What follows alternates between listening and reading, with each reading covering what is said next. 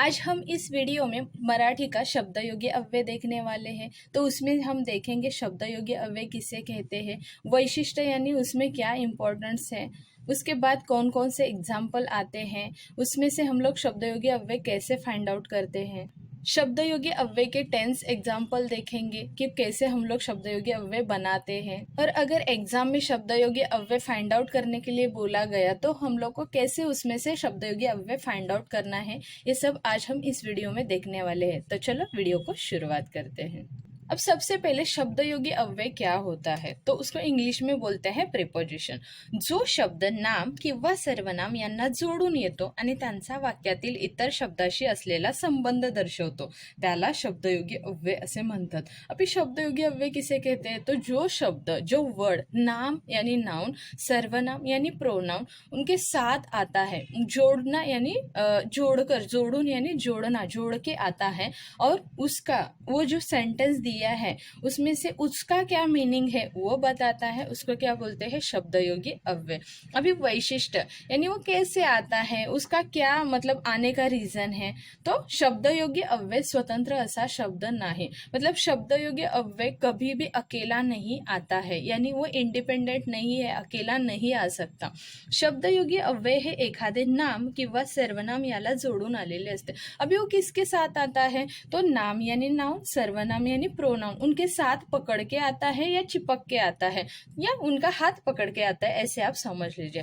For example वो क्या क्या होते हैं शब्दयोगी अव्यय, मागे, पुढे, बाहेर, वर, खाली, पेक्षा, समोर, पूर्वी, नंतर इत्यादि। मीन्स ये सब क्या है, जब ये सब वर्ड को लग के, मतलब नाउन या प्रोनाउन को लग के आते हैं या उनका हाथ पकड़ के आते हैं, तो वो क्या बन जाता है, शब्दयोगी अव्यय। मतलब फॉर डिटेल में एग्जाम्पल देखते हैं, फिर हमें समझ में आएगा। समयी खाली फूल पडले आहे। अभी समयी खाली फूल पडले आहे मीन्स क्या, समय जो दिया हम लगाते हैं उसके नीचे क्या गिरा है, तो फूल गिरा है। तो अभी ऊपर क्या, सॉरी क्या आएगा, अभी वरील वाक्यात खाली हा शब्द शब्दयोगी अव्यय म्हणून वापरला आहे आणि तो समय या शब्दाला जोडलेला आहे। सो समय क्या हो गया, नाउन हो गया, उसको चिपक के कौन आया है, तो खाली आया है। तो ये खाली जो आया है ये वर्ड क्या बन जाएगा, शब्दयोगी अव्यय। तो वही बताया है की खाली हा शब्द शब्दयोगी अव्यय म्हणून वापरलेला आहे आणि तो समय या शब्दाला जोडलेला आहे। सो समय को पकड़ के आया है, तो समय के साथ आया है, वो अकेला आया है क्या, नहीं, क्योंकि शब्दयोगी अव्यय कभी भी अकेला नहीं आता है, वो बस किसके साथ आता है, नाउन या प्रोनाउन के साथ आता है। अभी सेकंड नंबर का एग्जाम्पल देखते हैं। घरासमोर तुळस आहे। वरील वाक्यात समोर हा शब्द शब्दयोगी अव्यय म्हणून वापरलेला असून घर हा शब्द या शब्दाला तो जोडलेला आहे। सो घर क्या हो गया, नाउन हो गया, समोर हो गया शब्दयोगी अव्यय, क्योंकि वो नाउन को पकड़ के आया है। तो जो नाउन को और सर्वनाम को पकड़ के आता है उस वर्ड को हम लोग क्या बोलते हैं, शब्दयोगी अव्यय।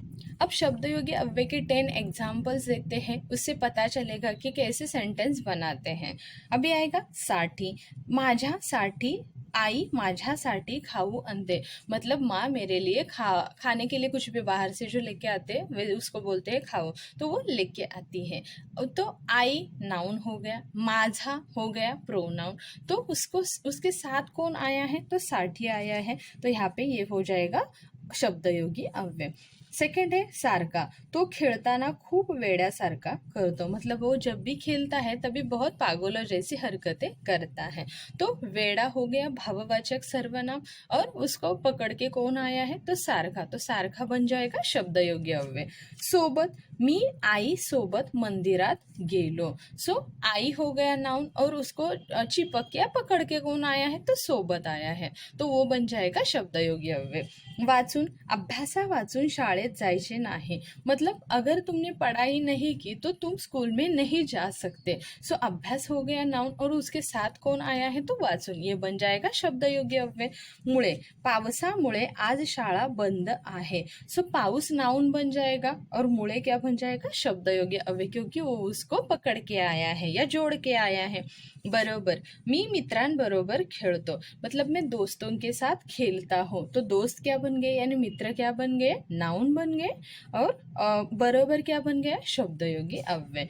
पूर्वी, मी जेवणापूर्वी खूप पानी पीतो। सो जेवण नाउन बन गया और पूर्वी क्या बन गया, शब्दयोगी अव्यय, क्योंकि वो उसको जोड़ के आया है। नंतर अभ्यासानंतर मी टीव्ही पाहतो, मतलब जब भी मेरी पढ़ाई हो जाती है, स्टडी हो जाती है, उसके बाद मैं टीवी देखता हूँ। तो अभ्यास नाउन हो गया और नंतर वो उसको जोड़ के आया है, तो वो क्या बन जाएगा? शब्दयोगी अव्यय. शिवाय, शिक्षणाशिवाय संस्कार ही आवश्यक आहेत, मतलब सिर्फ एजुकेशन मतलब इम्पॉर्टंट नहीं है, उसके साथ अच्छे संस्कार होने भी आवश्यक यानी इम्पॉर्टेंट है. सो ये शिवाय क्या बन जाएगा? शब्दयोगी अव्यय. अभी देखते हैं कि अगर आपको एग्जाम में ऐसे पूछते हैं कि खालील वाक्यातील शब्दयोगी अव्यय ओळखा, मीन्स हमें शब्दयोगी अव्यय फाइंड आउट करना है, तो हम लोग कैसे फाइंड आउट कर सकते हैं? आई माझ्यासाठी जेवण बनवते. सो क्या आएगा? साठी. अब तक तो आप समझ ही गए होंगे कि शब्दयोगी अव्यय कैसे पहचाने जाते हैं. तो साठी आ जाएगा, क्योंकि माझा ये क्या हो जाएगा? प्रोनाउन यानी सर्वनाम हो जाएगा. मी राहुल सोबत खेळतो, तो राहुल क्या बन जाएगा? प्रॉपर नाउन बन जाएगा, उसके साथ कौन आया है? तो सोबत, ये बन जाएगा शब्दयोगी अव्यय. पावसामुळे रस्ता ओला झाला आहे, सो मुळे क्या बन जाएगा? शब्दयोगी अव्यय, क्योंकि पाऊस क्या है? एक नाउन है. उसके बाद है 4th नंबर, अभ्यासाशिवाय काहीच नको, मतलब बस अभी सिर्फ पढ़ाई ही करनी है और कुछ नहीं करना है. सो अभ्यास क्या बन जाएगा? नाउन बन जाएगा और शिवाय क्या बन जाएगा? उसका शब्दयोगी अव्यय. टेबलावर पुस्तक आहे, तो टेबल क्या बन गया? नाउन, उसको जोड़ के कौन आया है? तो वर, तो वर क्या बन जाएगा हमारा? शब्दयोगी अव्यय. तुम्ही माझ्या बरोबर चला, सो माझ्या ये क्या बन जाएगा? सर्वनाम, और उसको जोड़ के कौन आया है? तो बरोबर, तो बरोबर क्या बन जाएगा हमारा? शब्दयोगी अव्यय. सूर्य ढगांच्या मागे लपला, सो सन जो है वो क्लाउड के पीछे छिपा हुआ है, तो ढग यानी क्लाउड क्या बन गया? नाउन, और उसके बाजू में या सॉरी अगर आप ये चिपक के लिखोगे तो भी चलेगा, नहीं तो ऐसे लिखोगे तो भी चलेगा, तो ये मागे जो है वो शब्दयोगी अव्यय बन जाएगा.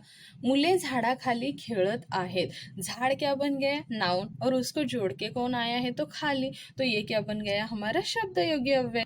उसके बाद है रेशमा तिच्यापेक्षा खूप हुशार आहे, मतलब रेशमा उससे बहुत ज़्यादा स्मार्ट है या टैलेंटेड है, तो क्या बन जाएगा? तिच्या, ये बन गया हमारा सर्वनाम यानी प्रोनाउन, और पेक्षा क्या बन जाएगा हमारा? शब्दयोगी अव्यय. हे पुस्तक माझ्यासाठी आहे, सो माझ्या बन गया हमारा सर्वनाम, और उसको लग के या जोड़ के कौन आया है? तो साठी.